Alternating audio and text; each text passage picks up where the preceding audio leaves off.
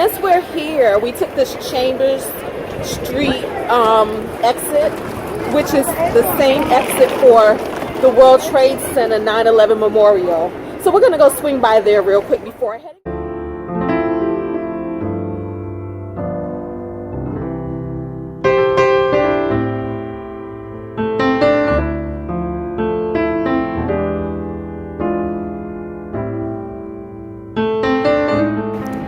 So this is the 9/11 Memorial.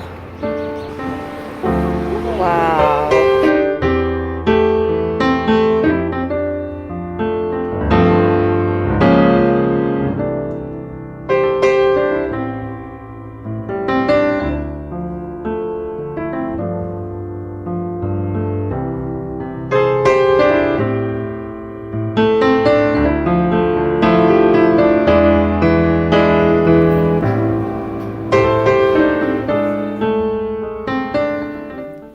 September 11th, 2001, I was in BE 884 of the Pentagon.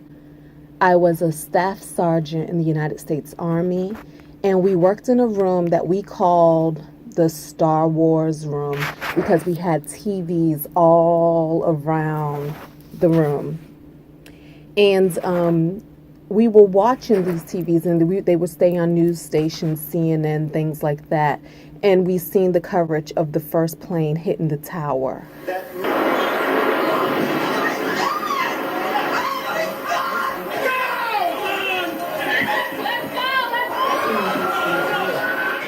And the first thing I thought was, wow, a pilot made an accident and was flying too low and ran into the building. During the live coverage, we seen the second plane hit the second tower. And that's when I knew that something was wrong. I don't know how many minutes later it was, but suddenly we just heard people running through the building, even through our vault, saying, "Get out the building, get out the building." Sorry to interrupt you, but Jim McNasty has some new information at the Pentagon. I hope you'll stand by and continue to talk with us. Nick? Katie, I don't want to alarm anybody right now, but apparently it felt just a few moments ago like there was an explosion of some kind here at the Pentagon. We're on the E-ring of the Pentagon. We have a window that faces out toward the Potomac, toward the Kennedy Center. We haven't been able to see or hear anything after the initial blast. I just stepped out in the hallway. Security guards were herding people out of the building. There weren't any fire alarms that went off. There wasn't any sirens, anything. It was just voices yelling, "Get out the building." And immediately I thought, oh, this must be an exercise, those things we practice for.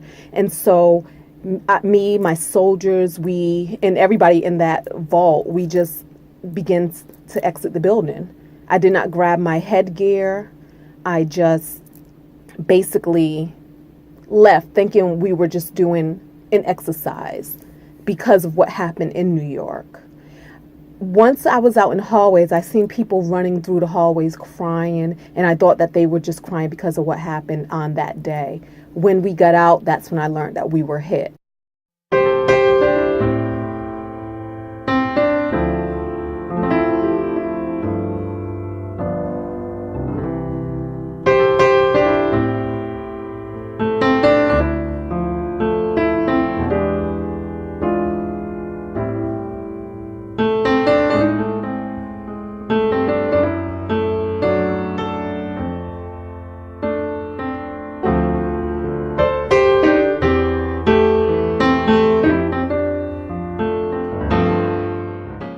Me, my soldiers, my team, we got to our rally point, and we seen EMT workers and firefighters and things like that running back into the building. So at the rally point, we did not get any more instruction on what to do. And I was the senior person in charge, so I made the command to tell the soldiers their next place of duty was at home by their phone. There was no point of us all standing in a parking lot at the Pentagon. By this point, we had known that the Pentagon was hit. We had seen there was like smoke and fire going up into the air. We witnessed that. So we knew that this wasn't a fire drill. This was real. And so what I didn't know at the time was it would take us over 2 hours to get home because of traffic. What I didn't know at this time was, though your place of duty was by the phone, there was no way to contact anybody because the phone lines had been shut down. Our server room was taken out when the plane hit. So I had to go back to work immediately the next day, and we had to set up a makeshift office because all our communication at the Pentagon for the sector that we worked on was down. So the next day, I'm going back to work. And again, the Pentagon was shut down, so nobody was allowed to go to work. Nobody was allowed to basically go to the building. So I had to park like miles away and then walk in to work, walk the rest of the way to the Pentagon. Walking the rest of the way, news people were out, like as close as they could get to the building. They were there reporting live, reporting on what happened, that whole thing. I was stopped and asked for an interview. I declined the interview. I didn't have headgear on, which technically means you're not in proper uniform, but my headgear was inside of the building. And but then they got me. They got me to do an interview by pulling the good old-fashioned race card. They said they needed an African-American perspective on what had happened. And that is how I ended up on BET News. We interrupt our regularly scheduled programming for this special presentation of BET News. Attack on America. I don't know what to expect going back to work. Even though Sergeant Tinesha Davis was unclear what she'd find upon her return to the job, she knew that there was no way she could stay at home.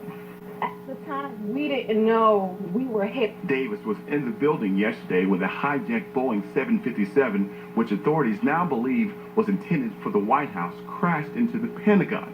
Today, she's both saddened and angry. I'm upset.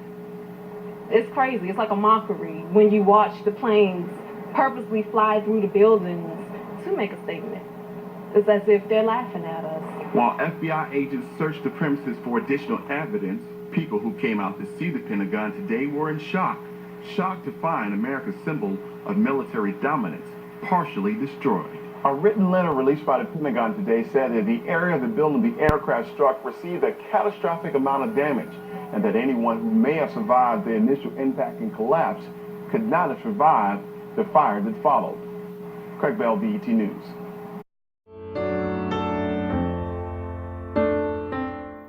125 people died at the Pentagon that day. Most of them worked for the United States Army or the United States Navy. 70 of them were civilians, 47 Army employees, 6 Army contractors, 3 Navy contractors, 6 Navy employees, 7 Defense Intelligence Agency employees, and 1 Office of Secretary of Defense contract. 9/11 was probably one of the greatest American tragedies of our lifetime, and it will not be forgotten.